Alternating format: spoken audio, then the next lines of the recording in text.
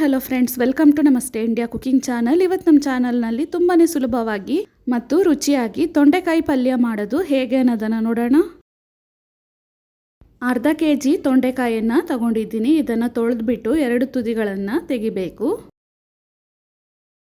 ಮಧ್ಯ ಕಟ್ ಮಾಡಿ ಈ ರೀತಿ ಉದ್ದನೆ ತೆಳ್ಳಕ್ಕೆ ಕಟ್ ಮಾಡ್ಕೊಳ್ತಾ ಇದ್ದೀನಿ. ಪೂರ್ತಿ ಕಾಯನ್ನು ಈ ರೀತಿ ಕಟ್ ಮಾಡಾಗಿದೆ. ಇದಾದಮೇಲೆ ಒಂದು ಬಾಣಲಿಯಲ್ಲಿ ಸ್ವಲ್ಪ ಎಣ್ಣೆಯನ್ನು ಹಾಕ್ತಾ ಇದ್ದೀನಿ. ಎಣ್ಣೆ ಬಿಸಿ ಆದಮೇಲೆ ಅರ್ಧ ಸ್ಪೂನ್ ಸಾಸಿವೆ ಪೂರ್ತಿ ಸಿಡಿದಾದ್ಮೇಲೆ ಕಟ್ ಮಾಡಿರುವ ಒಂದು ದೊಡ್ಡದಾದ ಈರುಳ್ಳಿ, ಅರ್ಧ ಕಡ್ಡಿ ಕರಿಬೇವಿನ ಸೊಪ್ಪನ್ನು ಹಾಕ್ತಾ ಇದ್ದೀನಿ. ಈರುಳ್ಳಿಯ ಬಣ್ಣ ಬದಲಾದ್ಮೇಲೆ 1/4 ಸ್ಪೂನ್ಗಿಂತಲೂ ಕಡಿಮೆ ಅರಿಶಿನದ ಪುಡಿಯನ್ನು ಹಾಕ್ತಾ ಇದ್ದೀನಿ. ಜಜ್ಜಿರುವ ಮೀಡಿಯಂ ಸೈಜ್ನ ಒಂದು ಬೆಳ್ಳುಳ್ಳಿಯನ್ನು ಹಾಕ್ತಾ ಇದ್ದೀನಿ. ಬೆಳ್ಳುಳ್ಳಿ ಸ್ವಲ್ಪ ಫ್ರೈ ಆದಮೇಲೆ ಕಟ್ ಮಾಡಿರುವ ತೊಂಡೆಕಾಯನ್ನು ಹಾಕಿ ಮಿಕ್ಸ್ ಮಾಡ್ತಾ ಇದ್ದೀನಿ.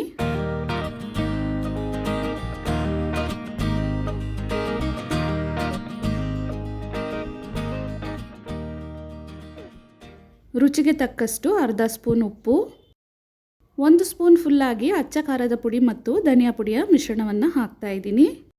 ಇದನ್ನು ಒಂದು ಬಾರಿ ಚೆನ್ನಾಗಿ ಮಿಕ್ಸ್ ಮಾಡಬೇಕು.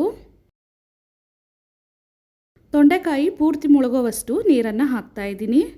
ಕಾಯಿ ಬೇಯೋದಕ್ಕೆ ಸ್ವಲ್ಪ ಟೈಮ್ ತಗೊಳುತ್ತೆ.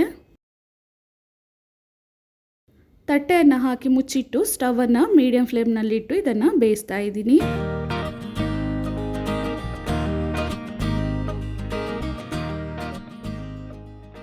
ತೊಂಡೆಕಾಯಿ ಇವಾಗ 1/4 ಭಾಗದಷ್ಟು ಮಾತ್ರ ಬೆಂದಿದೆ. ಒಂದು ನಾಟಿ ಟೊಮೆಟೊವನ್ನು ಇದರಲ್ಲೇ ಕೈಯಿಂದ ಕಿವುಚ್ಕೊಳ್ತಾ ಇದ್ದೀನಿ.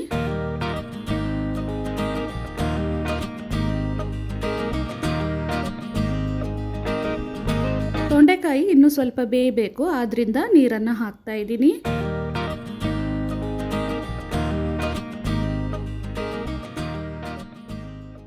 ಇವಾಗ ನೋಡಿ ತೊಂಡೆಕಾಯಿ ಪೂರ್ತಿಯಾಗಿ ಬೆಂದಿದೆ.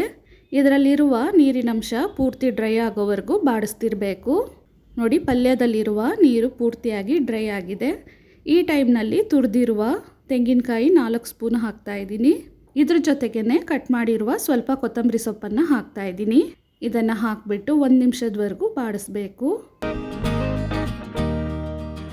ಇವಾಗ ನೋಡಿ ತುಂಬಾ ಸುಲಭವಾದ ತೊಂಡೆಕಾಯಿ ಪಲ್ಯ ರೆಡಿಯಾಗಿದೆ. ವೀಕ್ಷಕರೇ, ಈ ರೆಸಿಪಿ ನಿಮಗೆ ಇಷ್ಟ ಆಗಿದ್ದರೆ ನಮ್ಮ ಚಾನಲನ್ನು ಲೈಕ್ ಮತ್ತು ಸಬ್ಸ್ಕ್ರೈಬ್ ಮಾಡಿ.